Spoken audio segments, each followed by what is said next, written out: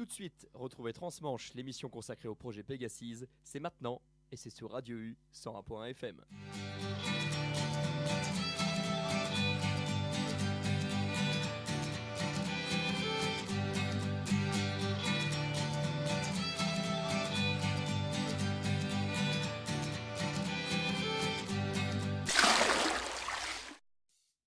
L'utilisation des ressources biologiques en Manche est un enjeu majeur.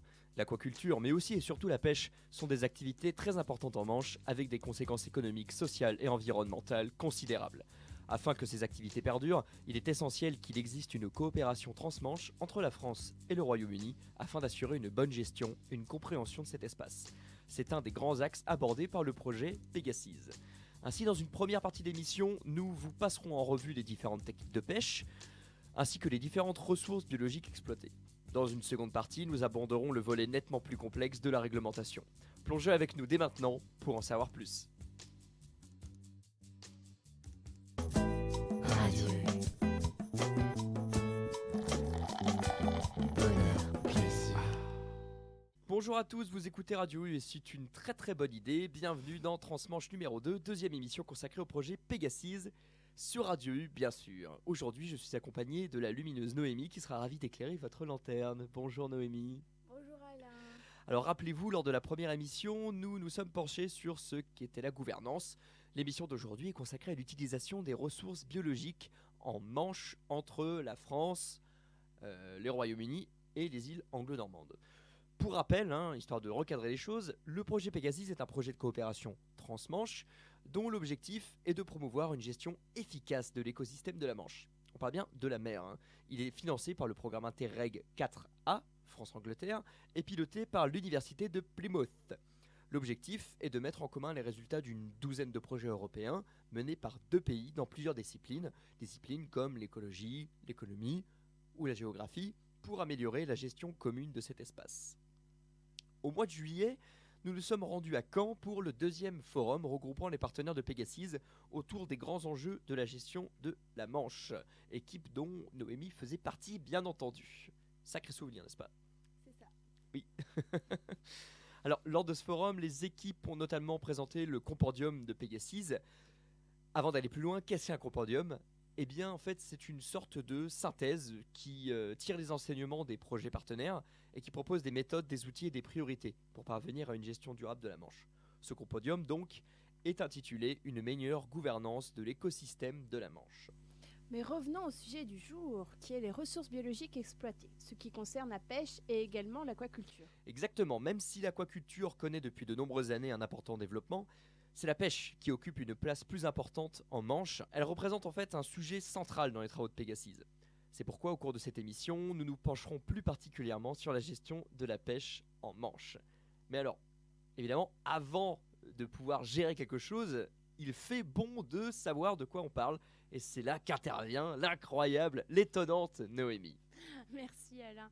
La pêche est l'une des plus anciennes activités pratiquées en Manche où elle s'exerce depuis l'Antiquité. Depuis, les pratiques de pêche se sont beaucoup diversifiées et aussi également évoluées. Aujourd'hui, cette activité regroupe 9800 pêcheurs professionnels anglais et français et plus de 4200 bateaux. D'accord. Et est-ce qu'on pêche toutes les espèces et partout de la même manière ? Non, il existe différentes techniques de pêche exercées en Manche. Elles sont nombreuses et n'ont pas toutes le même impact sur les espèces pêchées et sur le milieu naturel. Avant de nous pencher sur les cas de quelques-unes des espèces pêchées en Manche, une petite explication s'impose sur les principales techniques de pêche et les espèces qu'elles ciblent. On peut déjà séparer la pêche embarquée sur un bateau de la pêche pratiquée à pied. Ça veut dire que la pêche à pied est aussi pratiquée par certains pêcheurs professionnels, comme la pêche à pied qu'on pratique en loisir. Oui, exactement. Il existe une pêche à pied professionnelle, c'est celle qui nous intéresse ici. Il s'agit principalement de pêcher des coques et des palourdes en creusant le sol à la fourche ou en le grattant à l'aide d'un râteau. D'accord. La pêche embarquée décline davantage de techniques, qui est plus spécifique suivant les espèces que l'on veut pêcher. Par exemple, la pêche au casier. Donc il existe des casiers de différentes tailles. Ils sont utilisés principalement pour les crustacés, les crabes, homards, araignées de mer, les gastéropodes, bulots. Il existe aussi la pêche au filet qui permet de capturer des espèces benthiques, c'est-à-dire sur le fond marin, ou des mersales. C'est un peu un thème barbare pour désigner les espèces qui ont un contact plus ou moins régulier avec le fond. Celle qui se balade dans la colonne d'eau en fait. C'est ça. On trouve aussi la palangre, qui est une longue ligne fixe calée entre deux bouées et deux ancres à laquelle pendent des hameçons.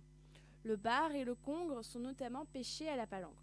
Enfin, la pêche à la ligne, classique, avec ou sans canne à pêche, avec un ou plusieurs hameçons pour pêcher du bar, du maquereau. Ces 4 types de pêche, casier, filet, palangre et ligne, sont appelés arts dormants. Par opposition, il existe aussi les arts traînants. Quels sont-ils, Alain ? Les arts traînants, par exemple, on a les dragues qu'on traîne sur le fond pour pêcher la coquille Saint-Jacques, par exemple, qui fait pas mal de dégâts. Et l'utilisation d'un chalut, donc ça c'est le filet en forme d'entonnoir qu'on traîne derrière les chalutiers pendant plusieurs heures pour gratter le fond et pour récupérer soit les poissons de fond ou alors dans la colonne d'eau pour récupérer les poissons démersaux dont on vient de parler. Merci pour tes précisions, on y voit un petit peu plus clair. Ça c'est pour les techniques et maintenant on va se pencher un peu plus sur les espèces. Quelles espèces sont ciblées en Manche ? Il y a différentes catégories. Il y a les espèces exploitées donc plus en ressources végétales, donc essentiellement les algues, et aussi les ressources animales. Comme on peut facilement l'imaginer, la pêche repose sur les stocks naturels de ces espèces qu'il faut d'abord savoir gérer.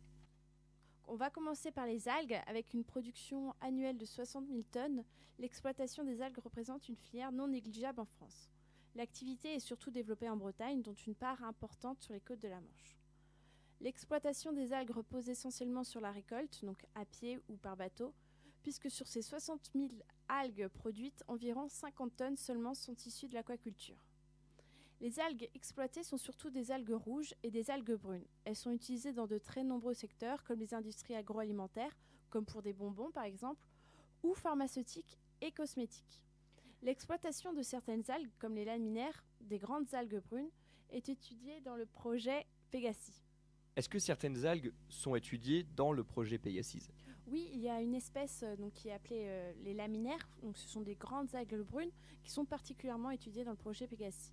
Les conclusions parues dans le compendium suggèrent de planifier avec soin et de superviser l'exploitation de ces laminaires pour éviter de rompre les échanges de gènes entre les différentes populations. Donc, de plus, l'activité de récolte d'algues par arrachage peut altérer les substrats sur lesquels elles se fixent. C'est pourquoi il est préférable de tester les techniques de récolte sur des sites expérimentaux avant toute autorisation.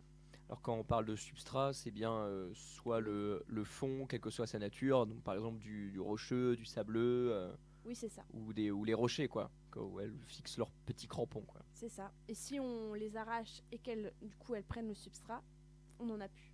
D'accord. Et donc on exploite aussi les animaux. Mais bien sûr, la Manche est un lieu privilégié pour l'exploitation de nombreuses ressources animales. Poissons, coquillages, céphalopodes, autant d'espèces qui finissent bien souvent dans nos assiettes. On compte dans la Manche 210 000 tonnes de prises par an, 160 000 en France et 50 000 au Royaume-Uni. On peut classer les espèces ciblées en 5 grandes catégories. Donc on a les coquillages, les céphalopodes, avec les seiches, les calamars, les crustacés et les poissons, qui comptent eux 2 catégories. Les poissons cartilagineux, c'est-à-dire les raies, les requins, et les autres, les poissons osseux. Maintenant qu'on connaît les différents types d'espèces, est-ce que tu es capable de me dire quelles sont les espèces les plus pêchées en Manche ? Alors, c'est une question assez simple, mais il n'y a pas vraiment de réponse simple. Donc, on a interviewé Mark Tasker, qui est à la tête du service environnement marin du Joint Nature Conservation Committee, donc un organisme public qui conseille le gouvernement britannique en matière de préservation de l'environnement. Et Mark Tasker nous a dit que la réponse n'est pas si simple que cela. Écoutez. That depends very much on which bit of the channel you're in. Okay. Ça dépend vraiment dans quelle partie de la Manche vous vous situez. Et ça dépend aussi de la manière dont on compte. Si vous regardez la valeur de la pêcherie ou le tonnage. Ces deux décomptes sont très différents. Dans ce forum, on a parlé des coquillages dans la Manche et ce sont probablement les espèces ayant la plus grande valeur. Mais ils ne représentent pas le plus grand tonnage. Les espèces comme les coquilles Saint-Jacques sont importantes dans beaucoup de zones en Manche, de même que les crevettes dans d'autres endroits. Pour les espèces sur lesquelles nous en savons un peu moins, comme les homards et les crabes, on sait qu'elles sont très importantes dans les pêcheries elles aussi. Au niveau des poissons, le bar est important et des espèces de poissons plats sur le fond marin ont été importants dans le passé, mais ne sont pas en bon état actuellement. Ok. Merci Ewen pour cette traduction. Avec ces précisions, on comprend à quel point, pour chaque espèce exploitée, le nombre de captures et la valeur commerciale peuvent varier, dans le temps et dans l'espace, et selon l'état des stocks. D'accord. Et donc, là, je te propose quand même de rentrer dans le détail par catégorie d'espèces, en commençant par, je sais pas, comme tu veux, Les coquillages? les coquillages. Allons-y pour les coquillages. Commençons par les coquillages. La culture et la pêche des coquillages est l'une des plus grandes spécialités de la Manche, qui est actuellement le premier département producteur conchilicole en France. Donc, conchilicole de coquillages. Avec 45 000 tonnes cultivées sur les parcs à huîtres et les bouchots. Les bouchots, ce sont des supports d'élevage pour les moules et autres coquillages, ou pêchés sur quelques rares gisements sauvages encore existants. À ce titre, nous avons rencontré Jean-Claude Devin, professeur à l'université de Caen Basse-Normandie, directeur adjoint de l'unité de recherche morphodynamique continentale et côtière, qui associe le CNRS et 2 universités normandes, Rouen et Caen. Il nous a présenté un état des lieux des espèces de coquillages cultivées en Manche. Ce sont toutes les ressources qui sont liées à la culture, en particulier à la conchiliculture, avec au niveau de la Manche 2 catégories phares, que sont les moules, la mytiliculture, et puis d'autre part les huîtres, avec 2 espèces majeures qui sont élevées aujourd'hui. L'huître plate, Ostrea edulis, qui est une espèce autochtone puisqu'elle était là déjà du temps des Romains et qui a déjà été pêchée. Il y avait des fonds, notamment au niveau de la baie du Mont-Saint-Michel, extrêmement importants. On avait même des exploitations de pieds de cheval, des huîtres qui pouvaient faire jusqu'à 1 kilo.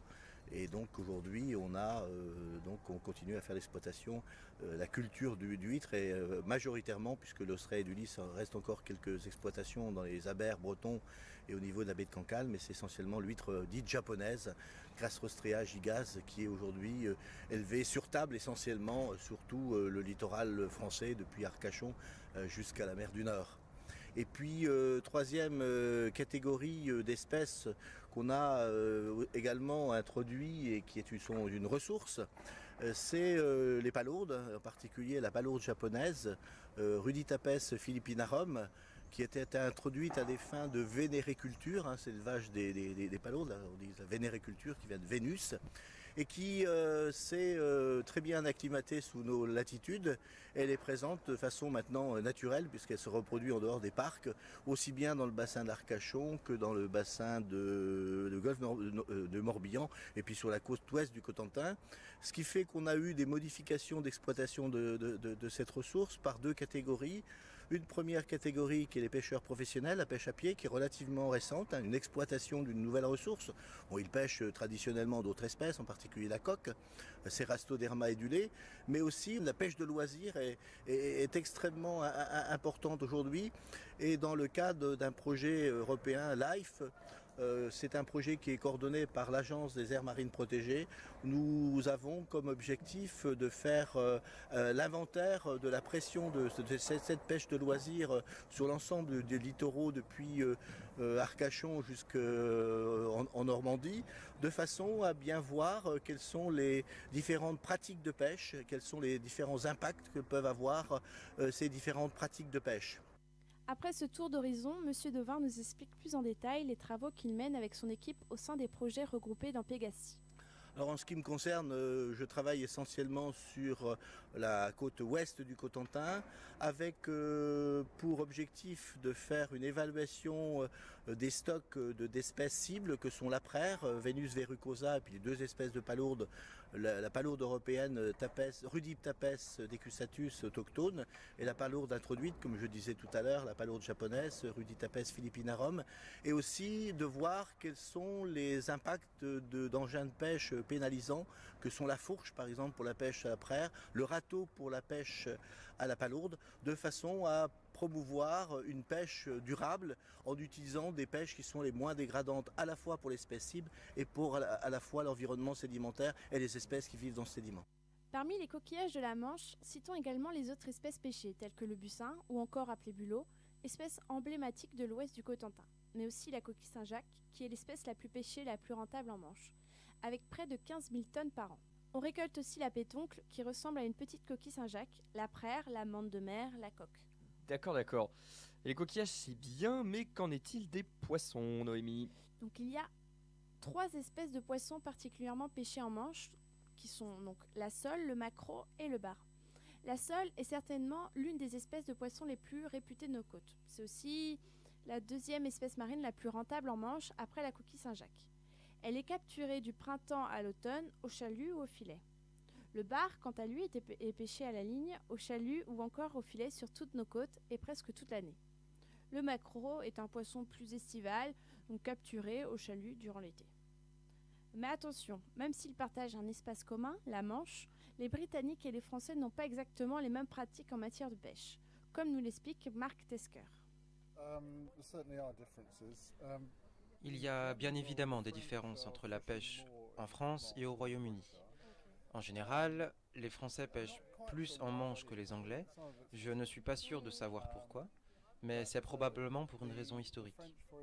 Les Français, par exemple, pêchent beaucoup plus le bar que les Anglais en Manche, et la quantité de coquilles Saint-Jacques récoltées est plus importante en Angleterre qu'en France. Donc, on voit qu'il y a de la variation. Une partie de cette variation concerne la localisation des endroits où l'on pêche, et une autre, la valeur des pêcheries de part et d'autre de la Manche. Donc ça c'est pour les poissons, et à côté de ça tu nous as parlé des céphalopodes en introduction. Oui, les céphalopodes, ces animaux de la famille des mollusques dont le pied se divise en bras et est surmonté de leur tête. Comme les seiches par exemple. Exactement. Avec près de 12 000 tonnes vendues par an, la seiche est la 4e espèce la plus vendue en France, après la sardine, la baudroie et la coquille Saint-Jacques. Néanmoins, on ne connaît que très peu de choses sur le comportement de la seiche. Elle est victime d'une surexploitation. Des scientifiques du projet Crèche, qui étudient le comportement de céphalopodes de la Manche, tentent de combler ces lacunes en améliorant les connaissances sur cette espèce. Donc, ils ont pu apporter des résultats sur leurs habitats naturels avec des études détaillées sur les frayères. Donc, les frayères, ce sont les sites de reproduction.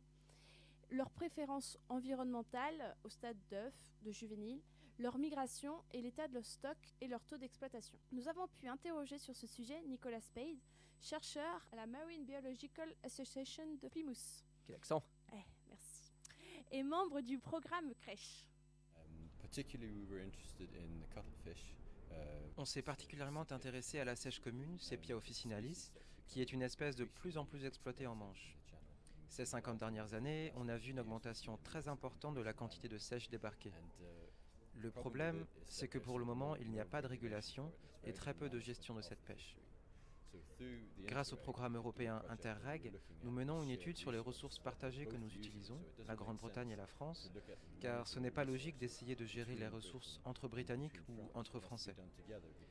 On doit faire cela ensemble parce que l'eau n'a pas de frontières. On voulait donc en savoir plus sur ces animaux, où ils se trouvaient, où ils allaient particulièrement être exploités, et là où ils seraient le plus vulnérables à la pêche. On s'est basé sur du suivi par une technique utilisant des puces électroniques placées sur les seiches pour les marquer et voir où elles allaient, et surtout à quelle profondeur et quelle température elles se trouvaient. On a pu ensuite retracer leur trajet dans l'eau, et là on a mis en évidence que les mâles tendent à se fixer dans une zone et se déplacent peu, alors que les femelles se déplacent entre de nombreux sites. Donc, dans certaines zones, on peut se retrouver à exploiter presque uniquement des mâles, ce qui est un gros problème si vous enlevez seulement un sexe d'une population. Nous avons aussi découvert que les animaux tendent à être beaucoup moins actifs dans la colonne d'eau le jour et passent la plupart de la journée sur le fond marin. Cela signifie que lorsque la majeure partie de la pêche se fait, c'est-à-dire durant la journée, on cible toute la population, mâles, femelles, adultes et jeunes. Et ça, c'est une information cruciale pour pouvoir lancer de bons projets de gestion.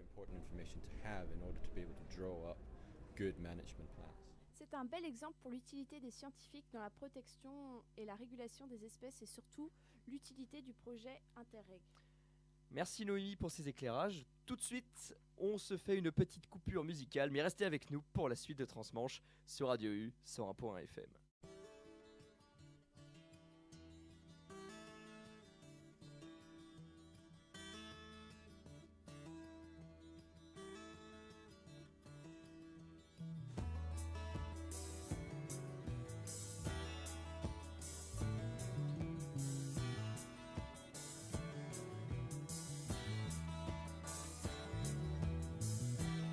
Fishes and scorpions in the morning sun dance to the changing seasons, get away with none. Oh.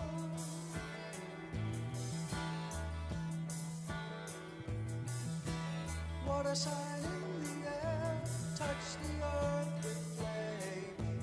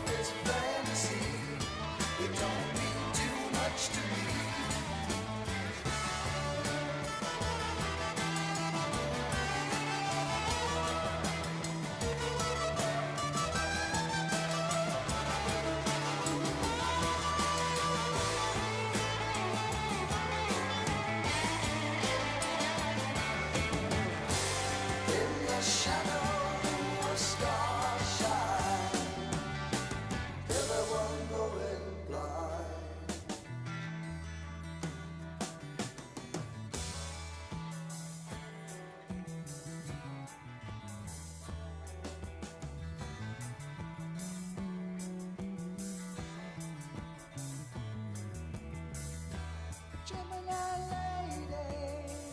Did you see me chasing you? I don't think I did. I only tried to get through.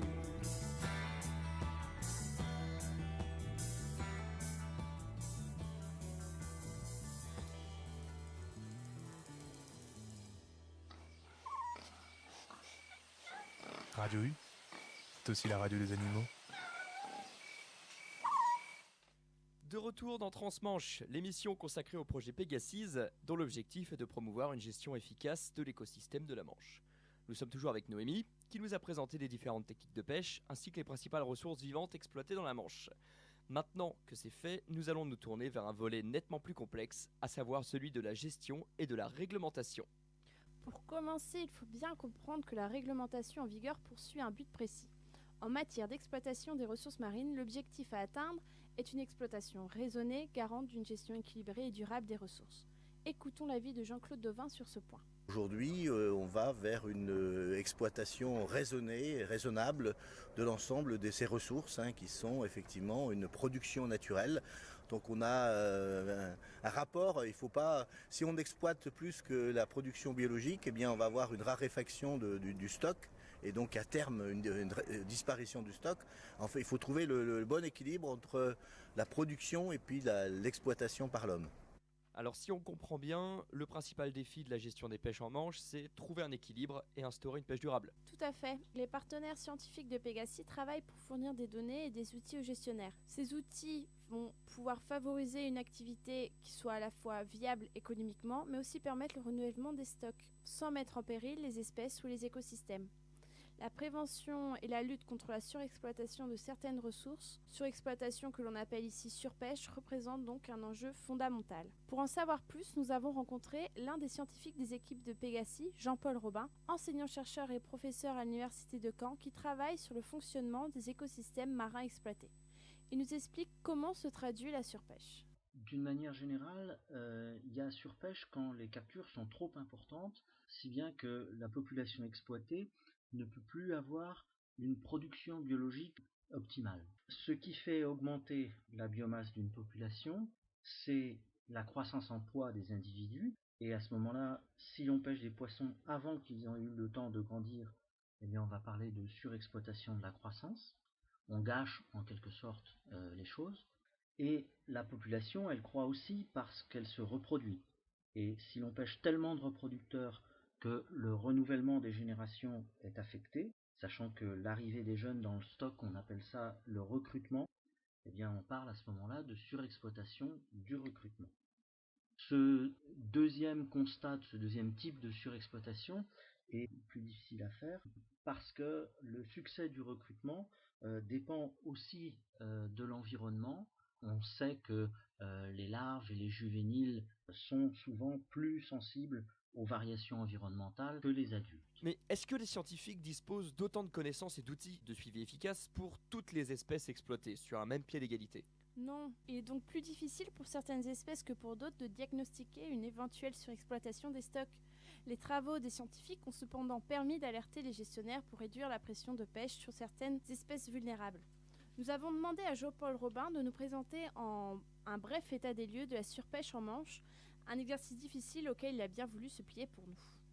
La réponse est compliquée par le fait que les instances d'évaluation des ressources marines, comme le CIEM, le Conseil international pour l'exploration de la mer, ont tendance à découper la Manche en deux zones.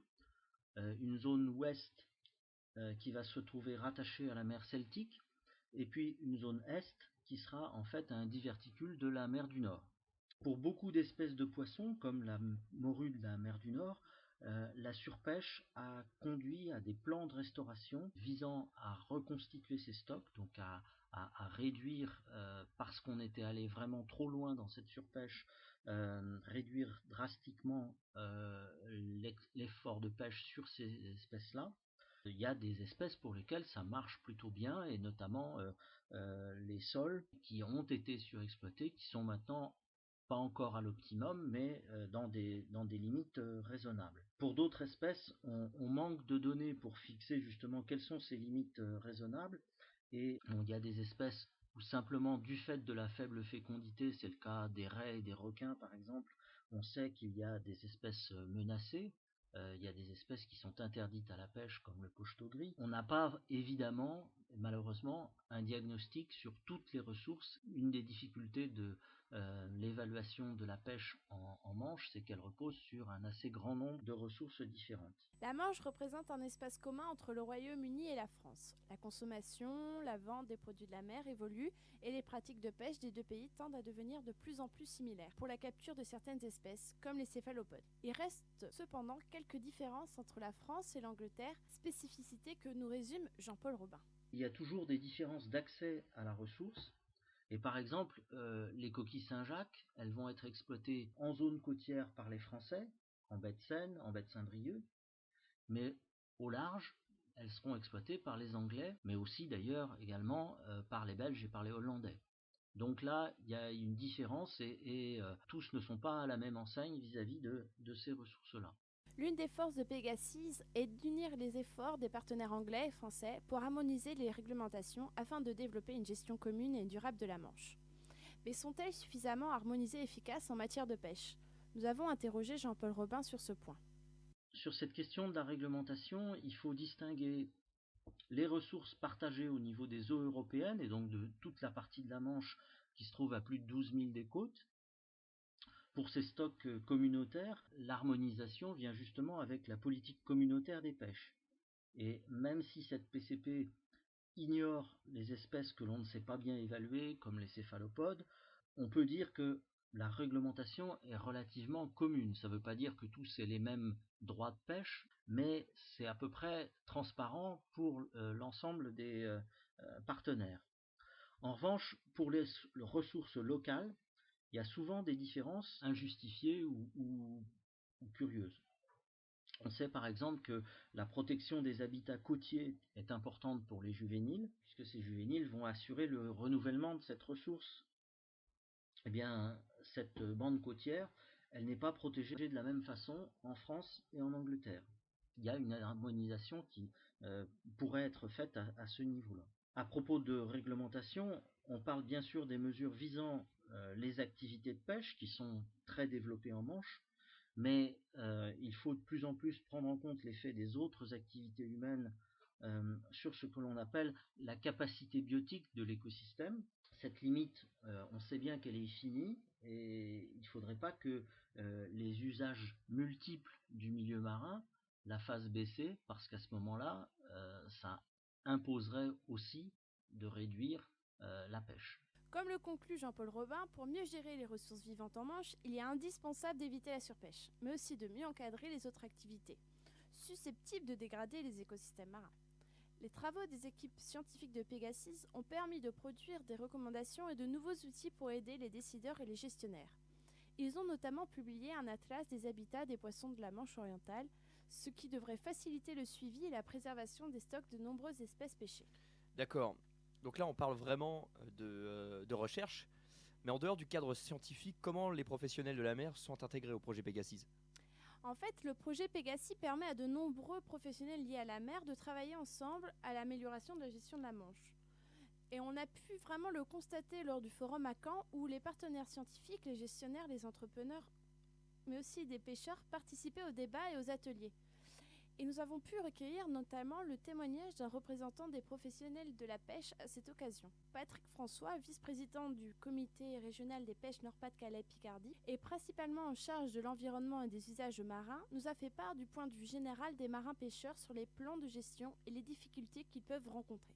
En Manche, le gros reproche que je pourrais faire aujourd'hui, c'est qu'il n'y a pas de gestion vraiment de l'espace Manche. Ça n'existe pas. Et moi nous aimerions, nous, les comités régionaux, Nord-Pas-de-Calais-Picardie, Haute-Normandie, Basse-Normandie, c'est que de limiter la taille des navires en Manche. Aujourd'hui, si nous limitions la taille des navires en Manche, finalement, tous les problèmes qui aujourd'hui existent en Manche seraient supprimés. Car aujourd'hui, il y a finalement, si on regarde vis-à-vis des espèces sous quota, il n'y a pas de surexploitation puisqu'on est sous quota. Mais sous les espèces non soumises à quota, il y a surexploitation. Et surexploitation par des navires étrangers. Le problème, c'est qu'ils viennent pêcher chez nous avec des navires de taille 30, 40, 50 mètres et même des 100 mètres et au-dessus de 100 mètres. Ce qui, pour moi, à la Manche, c'est pas admissible. Ce n'est pas un espace qui peut se permettre d'accepter ça. C'est trop sensible, c'est un espace sensible. Alors donc une gestion vraiment de la Manche, c'est prioritaire pour moi. Patrick François nous explique également les difficultés rencontrées par les pêcheurs face à certaines obligations jugées inadaptées, comme la règle de respecter un pourcentage de chaque espèce dans les captures totales. L'exemple du cabillaud, le pourcentage, il faut le supprimer. De toute façon, dans tous les cas, on a un quota. Aujourd'hui, on va passer à 0 rejet. Vous êtes un peu au courant, il y a 0 rejet. Si on fait du 0 rejet, on va tout débarquer. Donc l'histoire du pourcentage, ça va devenir encore plus catastrophique, parce que comme les espèces soumises à quota, alors je sais bien que c'est compliqué, mais les espèces soumises à quota, tout ce qui est débarqué, même le hors-taille, du fait qu'en théorie c'est du rejet, mais là il sera à bord, sera décompté du quota. Ça fait partie du quota. Voilà, alors imaginez comment on fait pour gérer ce pourcentage. Si on vire un coup de chalut, imaginons, d'une tonne de cabillaud, tout compris, toute taille comprise. Le pourcentage, c'est que sur une pêche globale, il faut 20% voilà. de cabillaud. C'est dans le plan de restructuration du cabillaud. Et ce sont tous des verrous qui, suite, et c'est ça où les ONG ont leur importance aussi, c'est que lorsqu'on part sur un plan de 0 rejet, il faut savoir ce que l'on veut. Donc 0 rejet, ça veut dire vous pêchez, vous n'avez pas le droit de remettre voilà. à la mer. Donc, qu'est-ce qu'on fait? Donc vous les conservez et ça le fait quota, partie des c'est quotas. Normal. C'est normal, ça fait partie ouais. du quota. Alors il y a ce problème-là. Et la taille aussi. La taille marchande. Non mais il y a une logique. Donc là, il faut revoir aussi le problème des tailles de poissons. Pour ça, il faut supprimer le système des pourcentages. Carrément ça, il faut le supprimer. D'accord. Cependant, certains plans de gestion d'espèces mis en place en Manche sont reconnus positifs par les pêcheurs. Mais ceux-ci estiment nécessaire de compléter ces plans par des mesures concertées et s'appliquant à la fois aux pêcheurs français et anglais. Sur cette question, on écoute Patrick François au micro d'Hélène Bréard. Bien sûr, c'est positif, la gestion de la coquille Saint-Jacques en baie de Seine, bien sûr qu'il faut la maintenir. Il faut même la renforcer, c'est-à-dire, comme je dis toujours, si on limite la taille des navires en Manche à 24 mètres, ce qui est vraiment mon combat d'ailleurs, c'est un combat que je mène, on n'aura plus le souci d'avoir des 30 mètres ou des 35 mètres ou des 110 mètres en Manche. Donc on n'aura plus le souci des Anglais qui viennent travailler hors saison, le Français gère bien sa coquille Saint-Jacques, puisqu'il y a la saison, c'est vraiment bien géré. Et finalement, la gestion est foutue en l'air, c'est qu'à le dire, j'ai pas peur de dire des mots, par des gens qui viennent travailler en garde-année sur les zones, avec des très gros bateaux en plus. Parce qu'ils ne sont pas soumis à la même... Non, ils ne doivent pas respecter la réglementation française, ils ne sont pas obligés. Par contre, ils ont le droit de pêcher dans les eaux françaises. Bien sûr, puisqu'ils ont des antériorités, des droits historiques, et donc ils peuvent venir même jusqu'à 6 000 de la côte française. D'accord. Donc là, aujourd'hui, il y a vraiment un besoin d'harmonisation entre les pays et puis d'harmonisation des différentes réglementations. Si on le propose comme ça, moi je pense que si on propose simplement, et ça c'est pas un plan de gestion, c'est beaucoup plus simple, c'est de dire que par application du principe de précaution européen, on demande limitation de taille des navires, point. C'est tout con, très rapide, ça peut être fait même en une semaine, parce que justement dans le cadre d'un plan de ce genre, ça peut être décidé en une semaine. Effectivement, ça a l'air vraiment compliqué de contenter tout le monde, comme on l'a dit en fait dans l'émission 1, Transmanche, consacrée à la gouvernance. Est-ce qu'il existe une solution pour une meilleure gestion concertée de l'activité de pêche ? Une solution peut-être pas, mais une étude a été réalisée dans le Sussex, dans le cadre des projets qui composent Pégasi. Ils ont démontré l'utilité de disposer de 3 types d'informations qui s'avéraient essentielles pour une meilleure gestion des activités. Le premier serait de disposer de cartes précises présentant la répartition des différents types d'activités de pêche. Ce serait un outil très utile tant dans la politique marine que pour le développement d'une planification marine. Le deuxième, avoir des renseignements sur les efforts de pêche afin de déterminer les lieux où les pressions et les impacts marins sont les plus intenses. Et enfin le troisième, donc faire le lien avec l'industrie. Ça va servir à évaluer comment une mise en place de mesures de gestion peut affecter l'industrie liée à la pêche. Ce qu'on peut retirer des témoignages qu'on a écoutés au cours de cette émission, c'est que 3 choses sont nécessaires pour améliorer la gestion des ressources vivantes en Manche. 1. Il faut renforcer les connaissances et les moyens scientifiques pour un bon suivi des espèces et des écosystèmes. 2. Il faut harmoniser la réglementation entre l'Angleterre et la France. Enfin, 3. Il faut mieux tenir compte des attentes et des pratiques des pêcheurs professionnels dans les 2 pays. Pour réussir ce pari, les partenaires de Pégasi ont regroupé les résultats de leurs travaux dans une synthèse, le fameux compendium dont nous parlions tout à l'heure. Tout à fait. En plus de fournir de nombreuses données et outils pour la gestion des pêches, le compendium suggère que de plus amples informations soient fournies aux pêcheurs au Royaume-Uni, en France et aux îles anglo-normandes. Ces informations regroupent le nombre de navires, les types de poissons capturés, l'équipement de pêche, dans le but de réguler la pression des pêches sur les espèces et les habitats naturels. Ce compendium met aussi en avant le besoin de renforcer les études afin de mieux comprendre les impacts sur les ressources vivantes et les écosystèmes marins à l'échelle de la région. Finalement, les 2 forums organisés dans le cadre de Pegasus ont permis aux différents acteurs économiques, scientifiques et politiques de la Manche de se réunir et de mettre en commun leurs attentes, leurs outils et leurs objectifs, dans le but de travailler ensemble pour trouver un équilibre entre les nécessités économiques et la gestion durable des ressources. Merci Noémie. Avec cette conclusion, l'émission touche à sa fin. On espère qu'elle vous aura apporté quelques éclaircissements sur les avancées des travaux scientifiques de Pegasus et ça permet d'espérer une amélioration de la gestion des pêches dans l'espace Manche. Cette émission a été préparée par Maud Millier, Ewen Cor et Noémie Alliot. Merci de nous avoir suivis et à très bientôt dans Transmanche pour explorer ensemble une autre facette du projet Pegasus sur Radio U sur un point FM.